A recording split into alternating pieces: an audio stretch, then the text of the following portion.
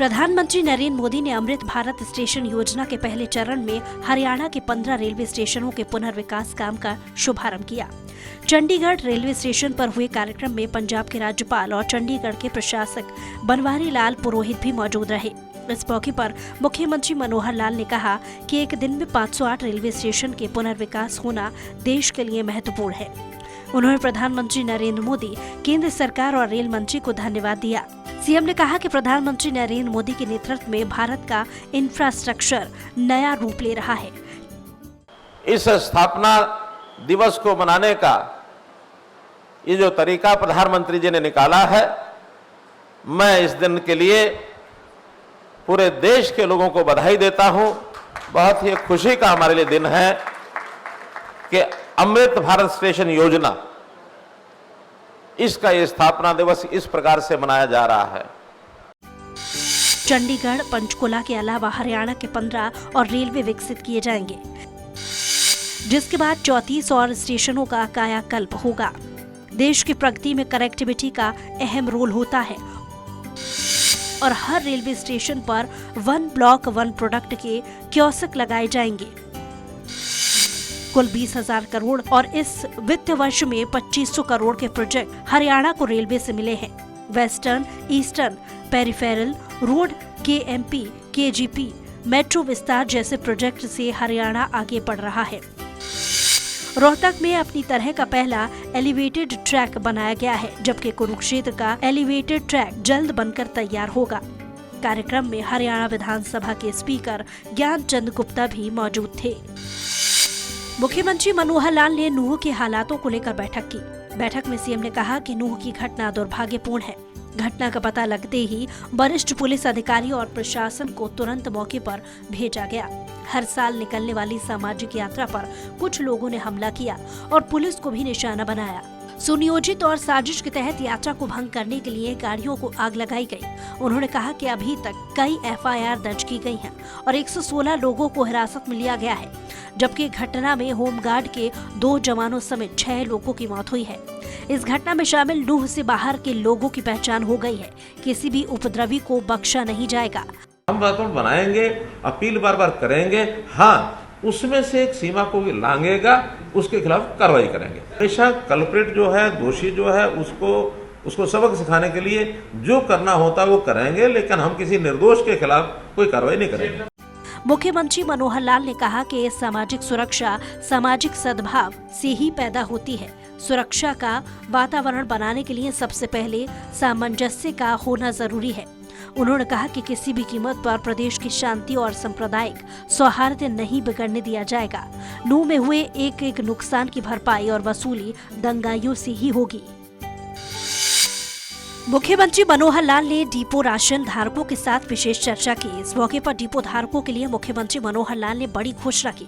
इसमें डिपो धारकों का कमीशन 2 रुपए प्रति किलोग्राम किया गया है। उन्होंने कहा कि प्रधानमंत्री नरेंद्र मोदी के अंत्योदय अभियान के आप सभी साथी बने हैं। साथ ही गरीब व्यक्ति की भूख मिटाने के लिए राशन वितरण का काम करना अपने आप में तारीफे काबिल है। कोरोना के वक्त प्रधानमंत्री ने देश में कोई भी व्यक्ति भूखा ना सोए का संकल्प लिया था और प्रधानमंत्री कल्याण अन्न योजना की शुरुआत की।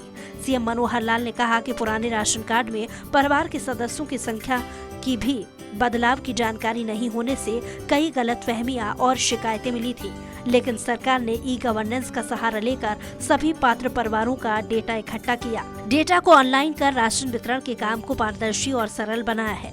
सरकार ने राशन वितरण प्रणाली में सुधार करते हुए EPDS पोर्टल की शुरुआत की है, जिसने PDS की 9,434 दुकानों पर POS मशीनों से राशन मुहैया कराया गया, जिसका फायदा प्रदेश के करीब 32 लाख परिवारों को मिला है। सीएम ने कहा कि हमारी सरकार ने 33% डिपो महिलाओं को देने का फैसला किया है। प्रधानमंत्री नरेंद्र मोदी ने देश के हर राशन कार्ड धारकों को देश में ही कहीं भी राशन प्राप्त करने की सुविधा के लिए एक राष्ट्र एक राशन कार्ड योजना चलाई है। अब देश का कोई भी नागरिक अपना आधार कार्ड दिखाकर किसी भी राशन डिपो से राशन ले सकता है। कुरुक्षेत्र विश्वविद्यालय के 33वां दीक्षांत समारोह में पूर्व राष्ट्रपति रामनाथ कोविंद ने शिरकत की। इस मौके पर मुख्यमंत्री मनोहर लाल को ऑनलाइन जापानी भाषा के कोर्स खत्म करने पर सर्टिफिकेट दिया गया। पूर्व राष्ट्रपति रामनाथ कोविंद ने मुख्यमंत्री मनोहर लाल को सम्मान दिया।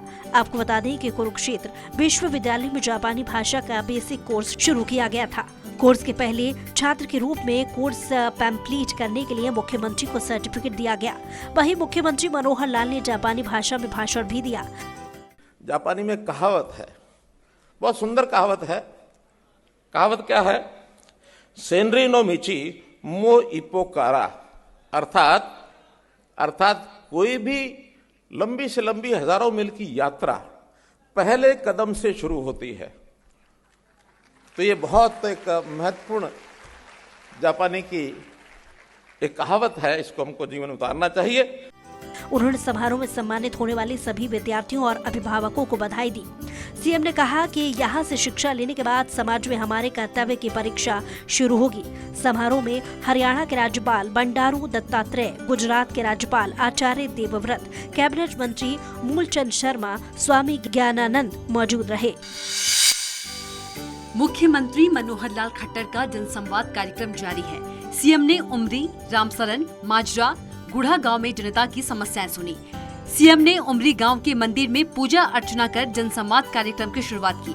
वहीं खुला दरबार लगाकर आम जनता से संवाद किया।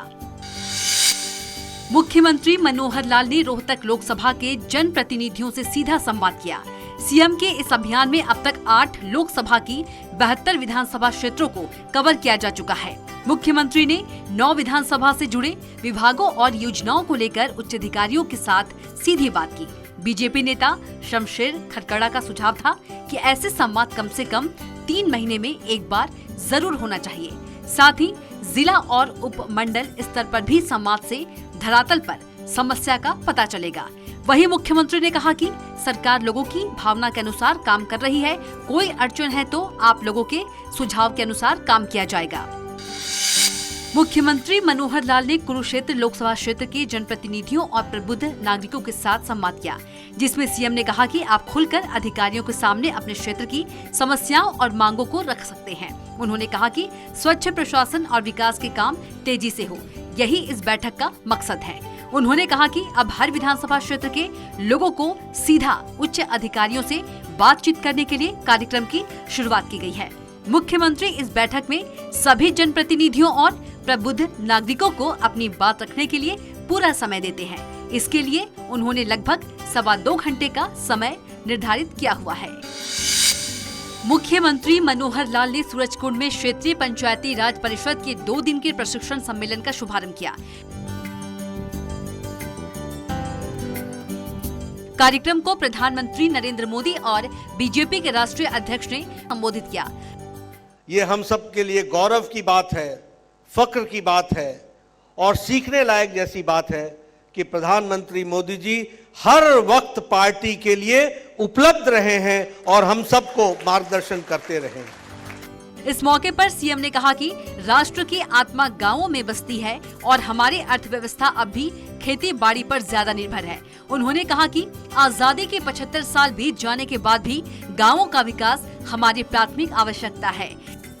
तो एक स्ट्रक्चर में, ऑर्गेनाइजेशन स्ट्रक्चर में जिला परिषद, उसके बाद पंचायत समिति, फिर पंचायतें, ये अगर करेंगे तो निश्चित उसका लाभ होगा, जनता को ज्यादा लाभ होगा। मुख्यमंत्री ने कहा कि पंचायतें हमारी राष्ट्रीय एकता, अखंडता, सुशासन और लोकतंत्र का रक्षा कवच है। हमारे देश में पंचायतों की न्यायप्रियता के कारण पंच परमेश्वर की धारणा बनी थी। पंचायती राज संस्थाओं को मजबूत कर शहर और गांवों के स्तर पर जरूरतों की पहचान कर विकास कामों को चलाया जा रहा है। पंचायती राज संस्थानों को 10 प्रमुख विभागों का काम सौंपा हुआ है और विकास कार्यों के लिए ग्रांट की राशि सीधे ही पंचायतों के खातों में जमा करवाई जाती है, जिससे आज हरियाणा में पढ़ी लिखी पंचायतें कारगर भूमिका में हैं। हमने उनको स्वायत्तता इतनी दी है कि प्रदेश सरकार से कोई भी हस्तक्षेप अब इन पंचायती राज व्यवस्थाओं में हमने बंद कर दिया है प्राय कि वो लोकल सेल्फ गवर्नमेंट है। तो ऐसे काम जितने जितने नीचे हम दे रहे हैं उसमें उनको ऑटोनॉमी का कैरेक्टर भी मिल रहा है, हस्तक्षेप भी कम हो रहा है, पारदर्शिता इस पर भी हमने थोड़ा फोकस किया है कि हर काम लोगों को पता होना चाहिए, क्या काम करा रहे हैं, कितने में करा रहे हैं, और उसके लिए सोशल ऑडिट सिस्टम ये हमने खड़ा किया है। खड़े का प्रयत्न चल रहा है, अभी एकदम खड़ा नहीं हुआ है, लेकिन धीरे धीरे हम कर रहे हैं। उन्होंने कहा कि निर्वाचित प्रतिनिधियों और ग्रामीणों के बीच समन्वय के लिए ग्राम दर्शन पोर्टल शुरू किया गया है। वहीं मुख्यमंत्री ने विकास और योजनाओं से जुड़ी प्रदर्शनी का भी अवलोकन किया।